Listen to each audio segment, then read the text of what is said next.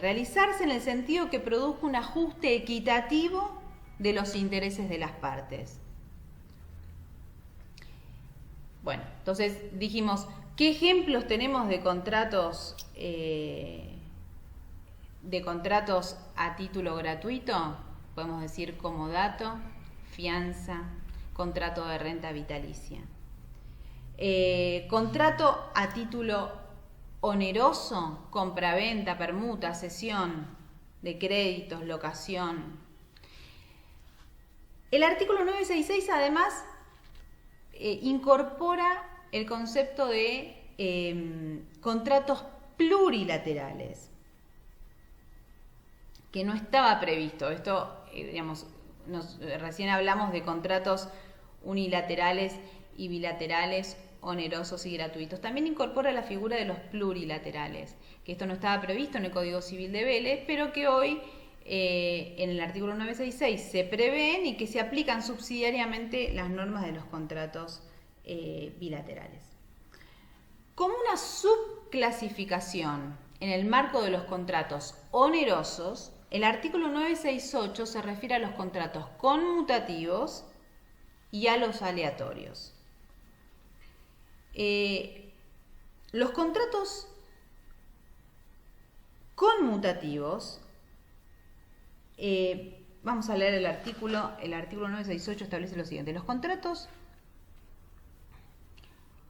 a título oneroso son conmutativos cuando las ventajas para todos los contratantes son ciertas, son aleatorios cuando las ventajas o las pérdidas para uno de ellos o para todos dependen de un acontecimiento incierto. Es decir, nosotros primero como primer punto no tenemos que confundir el contrato condicional con el contrato aleatorio, ¿no? Acá el artículo 968 nos indica que son conmutativos cuando las ventajas para las partes son ciertas y son aleatorios cuando las ventajas o las pérdidas están sujetos a un acontecimiento incierto. Es decir, si pensamos en un concepto para bajar la definición a los hechos, podemos pensar un contrato conmutativo podría ser una locación, una compraventa. Y un contrato aleatorio nos surge primero el contrato de juego y apuesta. Bueno, ahora no tenemos que confundir esta clasificación de aleatorios con un contrato condicional. El contrato condicional se encuentra afectada la eficacia misma del contrato, ¿sí? Es decir, el contrato es condicional cuando la existencia depende de un acontecimiento futuro. Dígase, por ejemplo, el caso de una persona que todavía no sabe si lo van a designar para un cargo, un determinado cargo en alguna provincia, y habla con el propietario de un bien y le dice, bueno, si a mí me van a designar en ese cargo, entonces me gustaría locar ese inmueble. Ese acontecimiento, es decir, ese contrato que es condicional, porque todavía no existe un contrato de locación, sino que está supeditado a un acontecimiento incierto, que es el nombramiento de esa persona en un determinado cargo, no es un contrato aleatorio. ¿Por qué? Porque está sujeta a la existencia misma del contrato. Todavía no hay contrato. Son contratos aleatorios por naturaleza, es decir, aquellos que están sujetos, donde las partes voluntariamente sujetan el alcance de las ventajas o la existencia misma de las ventajas y las pérdidas a un acontecimiento. Podemos decir que la sujetan al azar, a la suerte, al riesgo. Pueden ser por naturaleza aleatorios. Hablamos juego y apuesta, renta vitalicia, los contratos de futuro que estuvieron tan de moda, contratos de futuro, de dólar futuro, son contratos aleatorios, sujetos a un acontecimiento futuro e incierto.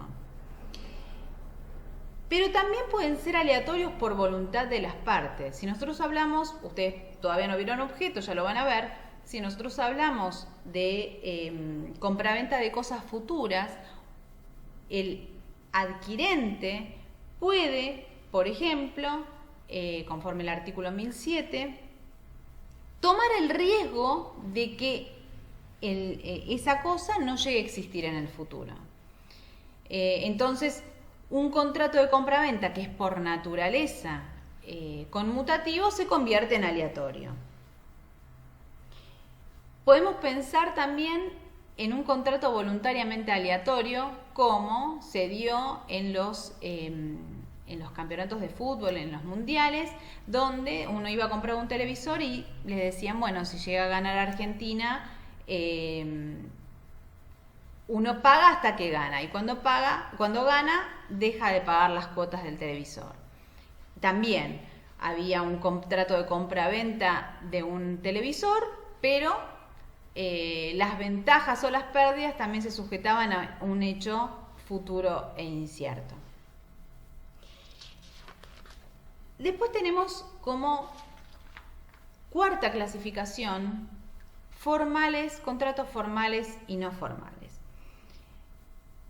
Cuando uno considera que el contrato es formal, es porque la forma establecida por la ley o por las partes es visceral, es constitutiva, depende su existencia. En el artículo 969 hay dos posibilidades. Por un lado, si la forma no es cumplida, ello conduce a la nulidad. Y por otro lado tenemos la posibilidad de que si la forma no es cumplida, la nulidad puede ser requerida. Pero no vale como ese contrato. Es decir, el contrato es válido, pero no vale como el contrato originalmente pensado y celebrado, porque no cumple la formalidad requerida. Acá adquiere relevancia el artículo 285 del Código Civil y Comercial, que, como saben, está ubicado en el libro primero, ¿sí? Es bueno tratar de ubicar los artículos para poder estructurar un poco el pensamiento y facilitar el estudio. El artículo 285, que está en el libro primero, en la parte general, que considera no concluido aquel acto que no haya sido formalizado de acuerdo a lo ordenado legalmente. Nuestro código, por supuesto, en el artículo 958 establece la libertad de formas, ¿no? La libertad de formas. Pero para determinados contratos se requiere una determinada solemnidad. Por ejemplo, para el contrato de transacción ya vamos a ver que se requiere que sea por escrito. No hablamos solamente por escritura pública, cuando es transmisión de dominio de determinados bienes, el artículo 1017, sino que, por ejemplo, puede ser, como el código requiere, que el contrato de transacción se celebre por escrito. Como quinta clasificación explícita, en el artículo 970 tenemos a los contratos nominados e innominados. Los contratos son nominados cuando tienen una regulación en la ley. Por supuesto que no hablamos de contratos regulados solamente en el Código Civil y Comercial, porque, por ejemplo, la Ley de Contrato de Trabajo, la 20.744, o la Ley de Seguros, la 17.418, que regula el contrato de seguro, o los contratos de medicina prepaga, son contratos que encuentran su regulación en otras leyes, en otros microsistemas jurídicos. Entonces, ¿son nominados? Sí, por supuesto, son nominados porque encuentran regulación en algún ordenamiento jurídico. ¿Esto qué quiere decir? ¿Que los que no tienen regulación no son válidos? No. Como antes dije, el artículo 958, el Código prevé la libertad de formas. Las partes pueden válidamente acordar contratos que no tienen regulación. Ustedes acuérdense, por ejemplo, un caso claro son los contratos de empresa, que vamos a ver en este cuatrimestre probablemente, o en el otro. Los contratos de empresa, que son aquellos que antes del Código Civil y Comercial eran socialmente típicos. Es decir, cuando uno planteaba un caso vinculado a un contrato de empresa ante la justicia ya sabía cuáles eran los requisitos de la franquicia o de la concesión o la distribución.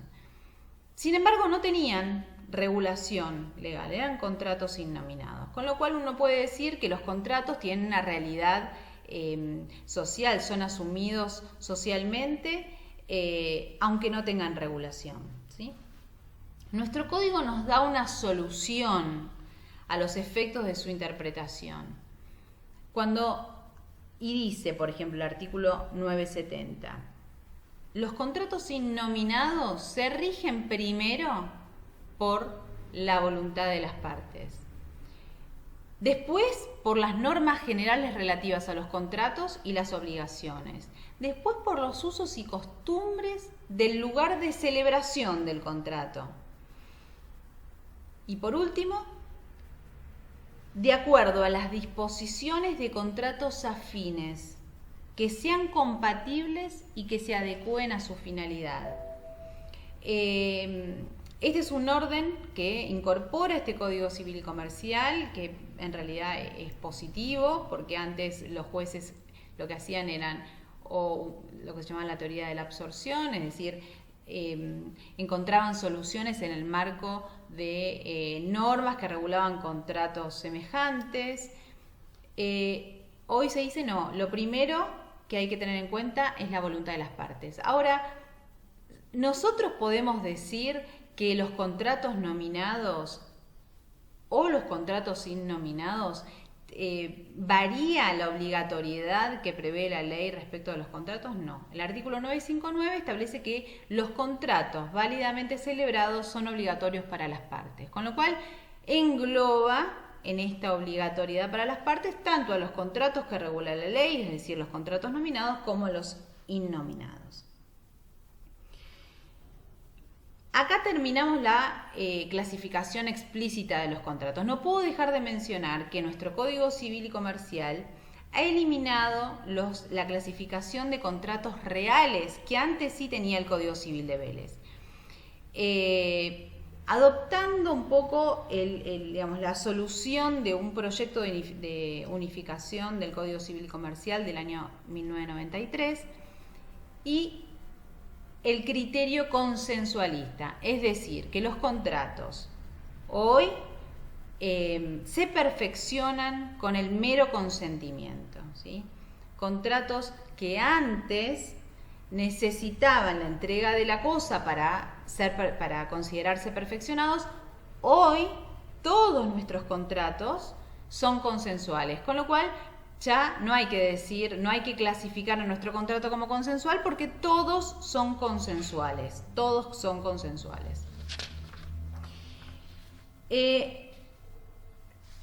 Algo importante, más allá de la clasificación, ahora voy a hablar de la clasificación implícita de los contratos.